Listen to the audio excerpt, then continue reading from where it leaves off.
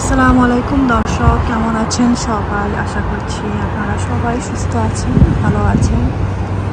আমরা আছি মোটামুটি। আমাদের পরিবারে একটার পর একটা বিপদ চলেই আসছে।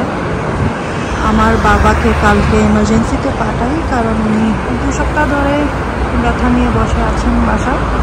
এমার্জেন্সিতে যেতে চান না, কারণ এখানে সমস্যা হচ্ছে এমার্জেন্সিতে গেলে আপনাকে একদিন তো মাস্ট থাকা পড়বে, সেটা আপনার বুঝে নিতে হবে। কেউই চায় না আসলে হসপিটালে থাকা, এই জন্য আরও ব্যথা নিয়ে বসে থাকতেন। তো ব্যথাটা বেড়ে গিয়েছে, কারণ পেটে পানি চলে এসেছে পেটে। তারপরে লাংসের নার্স এসে দেখে যায়, বললো যে এভাবে নিয়ে বসে আছো কেন। আর এই দেশে সমস্যা হচ্ছে, রোগী যদি মেন্টালি স্টেবল হয় আর সে যদি বলে আমি যাব না, অ্যাম্বুলেন্স পুলিশ কেউই বাসায় এসে জোর করে নিয়ে যেতে পারবে না হসপিটালে। তো ফাইনালি কালকে গিয়ে রাজি হয়েছেন, কারণ ব্যথাটা অনেক বেশি বেড়ে গিয়েছে। বসলেই ব্যথা বেড়ে যায়, যেহেতু পেটের মধ্যে অনেক পানি। তো কালকে সারা রাত ছিলেন এমার্জেন্সিতে, আর আজকে সকালে পানি বের করেছে, প্রায় 5 লিটার পানি পেট থেকে বের হয়েছে। তো আজকে হোপফুলি ছেড়ে দিবে। আমি খাবার টাবার দিয়ে পাঠিয়েছি, কারণ আমার মা ছিলেন সাথে। আমার মাকে খাবার দিয়ে পাঠালাম।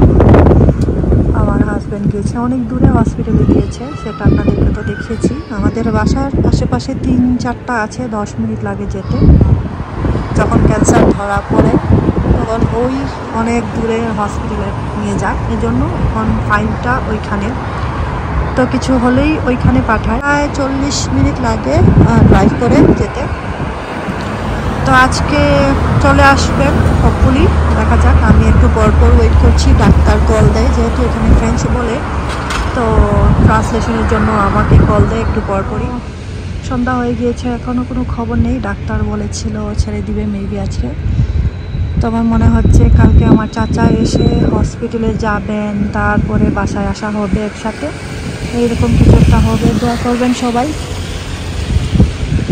হালকা হালকা স্নো হচ্ছে, আপনারা জানি না বুঝতে পারছেন কিনা।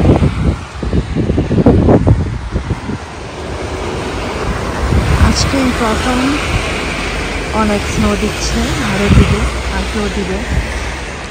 এখনও বের হচ্ছে, এই জন্য আর আজকেও ডিসচার্জ করিনি। আর দেখেন আমার সেজ চাচা, অনেক বছর পরে দেখা হবে আমাদের। কানাডায় প্রথম আসবেন আমাদের এখানে, তো আজকে রওনা দিবেন। দোয়া করি যাতে সহি সালামতে আল্লাহ ওনাদেরকে নিয়ে আসেন। ভালোই ঠান্ডা। আমার সেজ চাচা এবং আমার মেজফু আসবেন। মেজফু এসেছিলেন 2019-এ, এখানে সামারে এসেছিলেন। তো কালকে আসবেন, আসার পরে ওনাদেরকে যেতে হবে হসপিটালে আপনার সাথে দেখা করতে।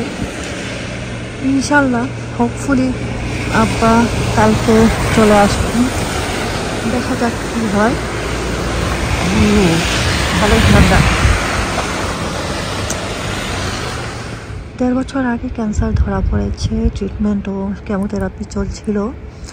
তো গত 2টা ডোজ দিতে পারিনি, কারণ শরীর অনেক উইক। এখনও বলছে যে দিতে পারবে না, দেখা যাক কী হয়, দোয়া করবেন।